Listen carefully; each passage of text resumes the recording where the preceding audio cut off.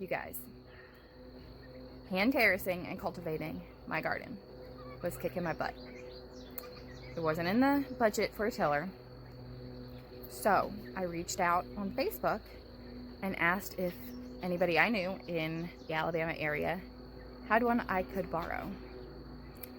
And as it turns out, the lady that we bought the house from knew her brother, who also lives just down the road from us, had a tiller, and she took a screenshot of my post and sent it to him, and he said, yeah, why not? So I've got a tiller. And I know tilling isn't amazing for the soil structure and health, but I have to terrace or all of this would be washed away. And digging and doing it by hand, like I said, was kicking my butt. So we're tilling it up and then taking what will be all the dirt from what will be the walkway and piling it up on the bed.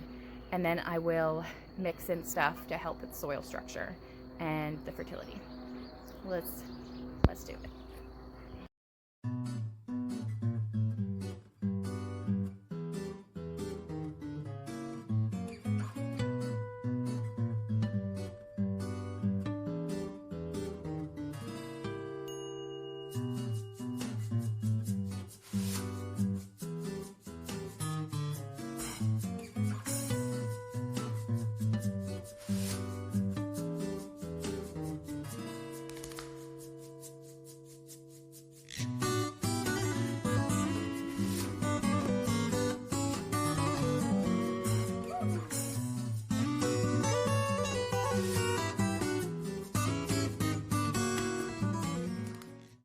Well, that last clip was just over 2 weeks ago.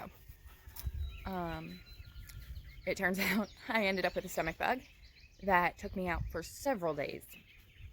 And the weather here has been up in the 80s during the day, and it's just too hot to be out in the garden, especially since I have a 1-year-old and a 3-year-old outside with me, and insisting they be underfoot.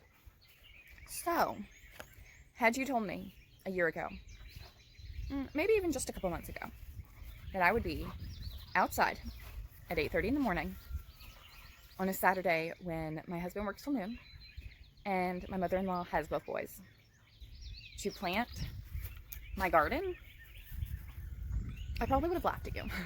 I am not a morning person.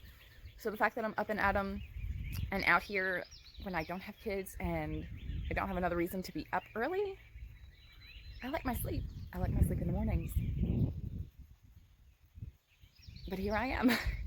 So, come along with me as we finish preparing the beds and plant this garden out, because I have all of these plants that are struggling and really need to be in the ground. Here's a look at all my struggling plants. We have a bunch of yellowing leaves. We have plants trying to set blossoms already. Hey, don't lean on my plants. Sadie girl, Sadie. And this is our new farm dog, Sadie. She looks like German Shepherd to me, but she's supposed to be a lab, Great Pyrenees mix. But she was my brother-in-law's dog, and the place he lives, the other people there had got another dog, and that dog started attacking and killing his chickens, and she had started heading in that direction, and so he gave her to us so that we could rehabilitate her and train her better and use her as our chicken protector and keep her from learning those traits. And of course we have Mr. Cade, and they're roughly about the same age, and he just has so much energy, and our German Shepherd ignores him and wants nothing to do with him, and our Chihuahua is little, and so he can get a little rough. So these two have been very much enjoying each other. We got our little frou-frou house farm dog, and our outside gonna be our livestock guardian dog. I got all these other plants that are struggling. Look at this. Okay, first of all, these are not the brightest green, but they're still trying to set all these flowers, and I've already picked a bunch off. So these zucchinis really need to get in the ground. And then I've got some nasturtiums that are looking amazing. And yeah. And if we go down here, I did plant some stuff. Let me take you down here and show you. All right, so let me give you an unofficial tour of what I've done so far. Up here, I've got this trellis netting. I need to put more posts in the middle so it won't sag and it'll actually be able to hold up these tomatoes. They're not big enough to need it right now, but it's really to keep these crazy dogs from running through my garden. I was out here about a week ago in the dark planting these just because I really wanted to get stuff in the ground. Right here we have some Cherokee Purple. I actually saved this guy from a nursery. It was like a co-op, but they had thrown him and a bunch of other like dying plants away, and I saved him out of the trash and I brought him home, and he was on the verge of death, but I took off the lower limbs and I planted him deep in a bigger pot and watered him well, and he bounced back, and he's my biggest tomato, and he is setting blossoms already. I'm really excited for him. I need to, I guess, trim some more off of him. These lower leaves are touching the ground. And then I want to say I got at least one or two. I want to say I saved a sucker off of him, and then I got one other plant that was, or maybe it was two in one pot, from our local feed store. They have like a nursery on the side, and it was like $1.25 for a little Cherokee Purple, and I wasn't sure if he was going to live at the time, so I went ahead and got one more. And so that's one of them. And then all of these, I actually saved seeds from a Cherokee Purple tomato that I had bought from a farmer's market from a gentleman last year. And, you know, I'm not sure if they're 100% or if they're cross-pollinated, so I might either get a Cherokee hybrid of some kind. But he was only selling Cherokee Purple, so I don't know if he just only grew them or only had an excess of them. But all of these little guys were started from seed from, farmer's market tomato. And then this here are some Beefmaster. I had just enough room for like 5 or 6 plants. So I grabbed the Beefmaster just because that's all I had of the Beefmaster, and put them down here and on the ends here. So this trellis isn't long enough to go all the way down because these are supposed to be 40-foot beds and it's a 30-foot trellis. So I'm not sure what I'm going to plant on the ends. And then I plan on companion planting maybe some basil or nasturtiums or marigolds or something. Maybe even some bean plants, because they might, like bush beans, they might be done before these guys are super huge, so we'll see. And then I've got, so this is a 30, it was supposed to be 2 feet, and I just bumped it out an extra 6 inches to make it a 30-inch bed, just because I wanted to play with like the typical market garden style bed. So I've got 30-inch, 30-inch, and then I've got 4-foot beds, 3-foot walkways. There needs to be another walkway right here that I still have to shovel, and you can see where I use a rope to keep it semi-straight. I mean, it's not perfect, but it'll do for now. And the reason I am shoveling from the pathways up onto the bed instead of just leaving it all tilled is I wanted raised garden beds because this is all on a slope. So to keep erosion from happening, because it does, you can see down here, like this wasn't sand. In fact, there's cardboard under that sand, but it just all washed and pooled right there.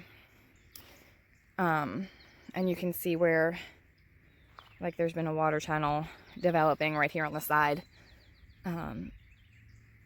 that kind of flows around the garden. So I'm trying to keep, you know, erosion from happening and my plants from getting washed out. So we're semi-terracing it, and I do try to dig in like a little channel along the side of the bed, the upper side of the bed, so that it can flow down and around any of the water from the walkways.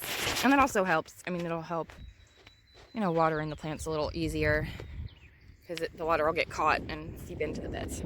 But anyway, so there needs to be one more walkway. I've been putting it off. I really need to just do it. But I actually injured my back doing this one. I was out here not long after I got sick. Like one of the first couple of days I was feeling better and actually had strength back. and clearly I was not at 100%, and I shoveled this walkway, and I think I finished this when I had just a little bit left to do on it, and I injured my back, and that put me up for a couple more days. This garden has been work, but that's okay. So I need to do one more, but I might just slowly do it. So we'll see. I'm going to go ahead and finish this bed, adding organic material, fertilizer, raking it even, doing the same with this, weeding it out first, some organic matter, because we have really sandy soil, and it's not, I mean, you can kind of see how chalky it looks. It's not the most fertile. So we're going to add some stuff to it, and yeah, get some plants out in the ground. If I can keep these dogs out of my garden. Cade, come here. You're not supposed to play in the garden. Get out of my garden. Come on. Come on. Come on. Come on. Good boy. Yeah. Oh, no, don't jump on me. And Miss Sadie girl. She's so sweet. Yeah. All right. The sun is awful, and I want to get to work. So let's do it.